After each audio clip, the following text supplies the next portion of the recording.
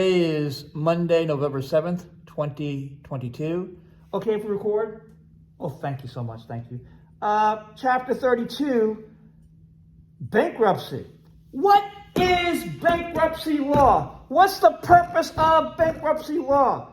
Who has jurisdiction over bankruptcy? What is chapter 7? What's that? What is chapter 11? What is chapter 13 in bankruptcy? How are some ways to determine bankruptcy? What in the world? Why do we need bankruptcy? Well, what can a person of business do when overwhelmed by debts? We've been talking about debts already, right? Creditors getting their money back, all kinds of stuff. Well, what can a person of business do when they're overwhelmed by debt? Bankruptcy proceedings can provide temporary, sometimes what? Permanent relief from those debts. Bankruptcy is what? Statutory proceeding with detailed procedure and requirements.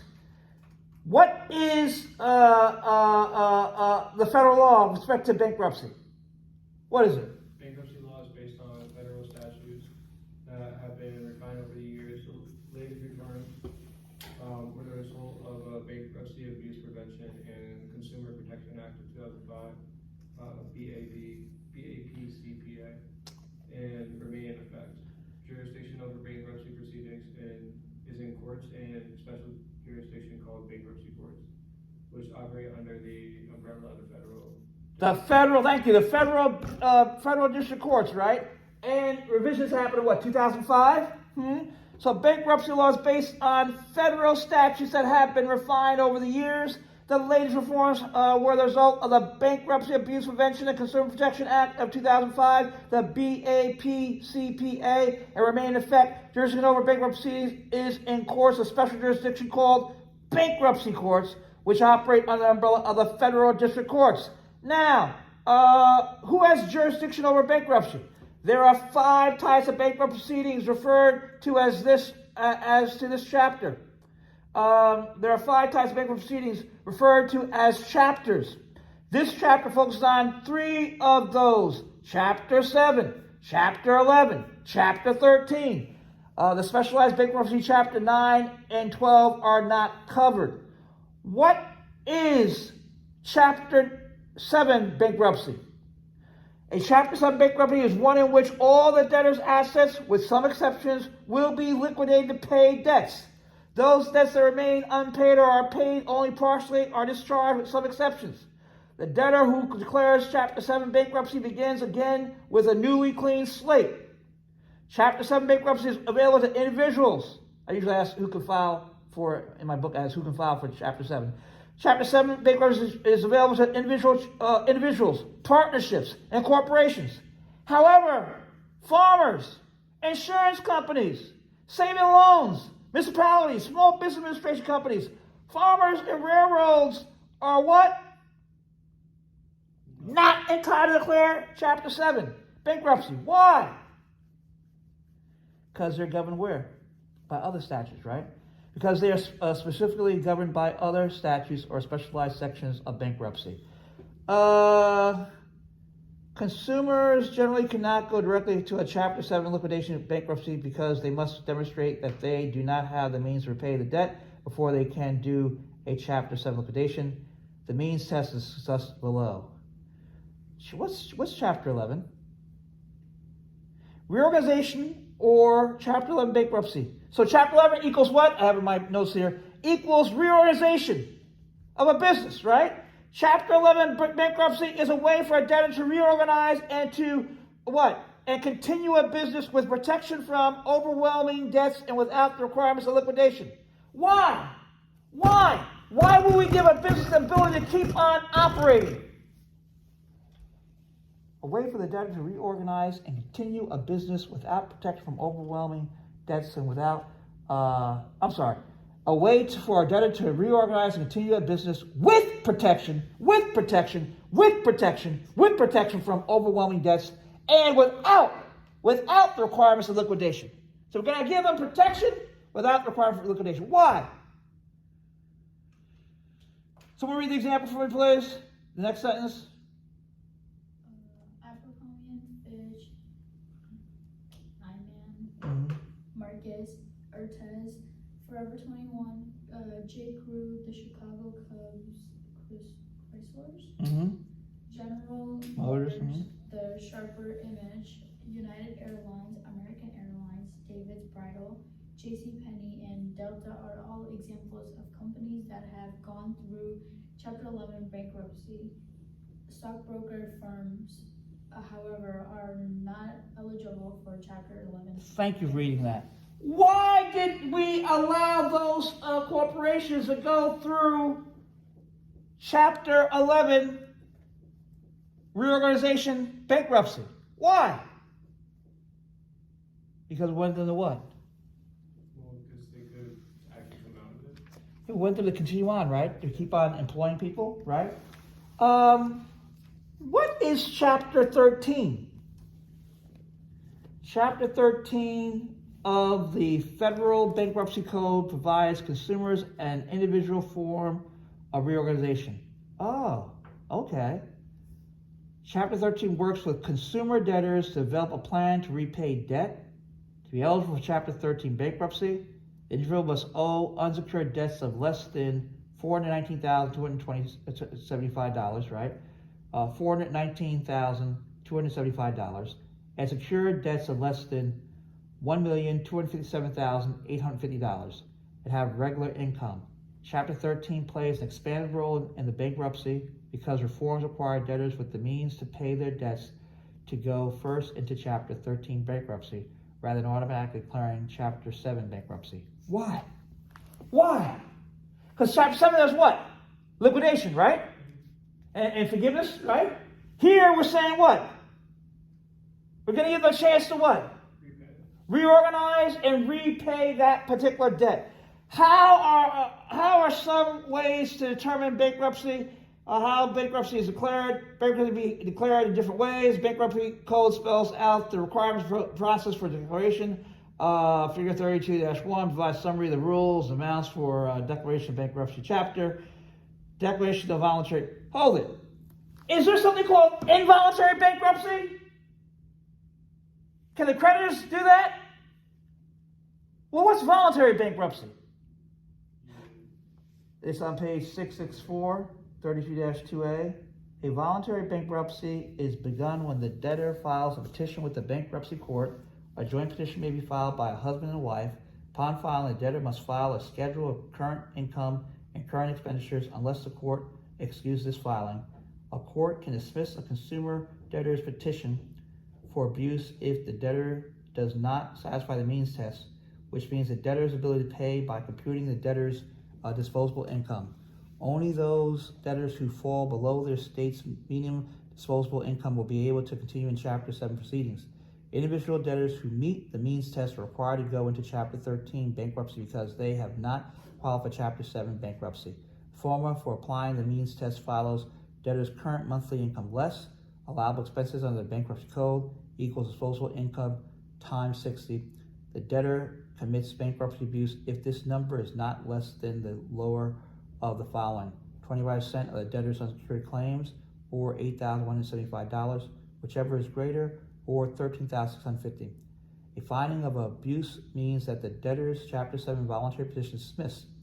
The bankruptcy judge also has the direct discretion to order the debtor's lawyer to reimburse the trustee for costs and attorney fees and assess a civil penalty against the lawyer if the court finds the lawyer has not acted in good faith and filed the debtor's bankruptcy petition. Lawyers are required to declare themselves in public acts as well as in any Lawyers are required to declare themselves in public acts as well as in any individual meetings with clients to be debt relief agencies or state that they help people file for relief under the bankruptcy code. Debt relief organizations must disclose that bankruptcy may be part of what is required for relief from their debt. Lawyers who advertise their credit bank expertise are subject to the laws and regulations that apply to debt relief agencies. If the agency lawyer advises them to do something that causes the court to declare that there has been bankruptcy abuse, the lawyer debt relief agency is responsible as well. As part of their role as debt counselors, lawyers are prohibited from advising clients to undertake more debt and contemplation of filing bankruptcy. Why? Debtors are, because that's doing something that's not appropriate, right? Debtors are required to undergo credit counseling Why? Why? Why have credit counseling from approved nonprofit credit counseling agency within the 180 days prior to declaring bankruptcy? Additionally, the court applies the means test described earlier to determine whether the debtor qualifies for bankruptcy. Why do they have to take some type of course on credit counseling, finance? Why? Because we want them to do what? Improve, right? To get back on their feet. There is significant disagreement among the bankruptcy courts about the meaning of projected income. The disagreement results from the differing situation of the debtors. For example, how do courts deal with debtors who are about to experience a large drop in disposable income? And do courts then consider what happens when debtors' incomes are expected to go up? If the projected income test used is applied, the bankruptcy could be dismissed. Debtors and creditors take different positions depending on which way the income goes, and the courts continue to debate the definition of projected income. Oh, bottom page 667. Declaration of involuntary bankruptcy. Oh, involuntary? An involuntary bankruptcy is begun when the creditors file a petition with the bankruptcy court. So creditors can force a debtor into bankruptcy, huh? An involuntary bankruptcy is begun when the creditors file a petition with the bankruptcy court. An involuntary case may be commenced against any individual, partnership, or corporation except those excluded from filing voluntary petitions. Non-profit corporations are also exempt from involuntary proceedings. Whoa! Number and claims of petitioning creditors. If there are 12 or more creditors, at least 3 of those creditors whose unsecured, undisputed claims total $16,750 or more must sign the involuntary petition. If there are fewer than 12 creditors, what happens? Excluding employees or insiders, that is the debtors, relatives, partners, directors, controlling partners, any creditor whose unconsidered claim is at least $16,750 may sign a petition. In the case of involuntary consumer petition, there is disagreement as to whether the debtor will still be required to complete the credit counseling requirement prior to the granting of the automatic stay. If a creditor holds security for a claim, only the amount of the claim in excess of the value of the security is accounted. The holder of a claim that is the subject of a bona fide dispute may not be counted as a petitioning creditor. For example, David, a CPA, is an unsecured creditor of Oracle Company for $17,000. Oracle has a total of 10 creditors, all of whom are unsecured. Oracle has not paid any creditors for 3 months. The debtor has fewer than 12 creditors. Any one of the creditors may file a petition if the unsecured petition of a portion of the amount due that creditor is at least $16,750. Because David is owed $17,000 in unsecured debt, he may file the petition alone. What are the grounds for relief for involuntary case? The mere filing of an involuntary case petition does not result in an order of relief. The debtor may contest the bankruptcy petition. If the debtor does not contest the petition, the court will enter an order of relief if at least one of the following grounds exists. 1, the debtor is generally not paying debts as they become due, or 2, within 120 days before the filing of the petition, a custodian has been appointed for the debtor's property. Thank you. And what's an automatic stay? What's that? Automatic stay. Just the filing of either voluntary or involuntary petition operates an automatic stay, or as an automatic stay, which prevents creditors from taking actions such as filing suits or foreclosure actions against the debtor or the debtor. And thank you all for reading. Thank you both for reading there. I appreciate that. Automatic stay, let's go back here. Automatic stay, just the filing of either a voluntary or an involuntary petition operates an automatic stay. What does that do? It prevents what? Creditors from taking actions such as filing suits or foreclosure actions. Okay. Why is that important? Thank you for reading that too. Thank you. Because if somebody is in a lot of debt, then they'll start coming after like their house or something. Also, it protects the debtor, huh? Yeah. Right? It says the stay frees all creditors in their filing state positions so that no one creditor gains an advantage over other creditors. Oh, you mean somebody else trying to get all the money paid back to them, right? This automatic stay ends when the bankruptcy case is closed, dismissed, for example, on the finding of abuse by the debtor who has failed to survive the means to pay test, or when the debtor is granted a discharge. An automatic stay means that all activity by creditors with respect to the collection must stop, with some exceptions incorporated for child support and other family support issues. All litigation with the debtor is halted, and any judgments in place cannot be executed. What about when we read the last one here, 32-2D? If the creditors are wrong, right of debtor in an involuntary bankruptcy, rights of debtor.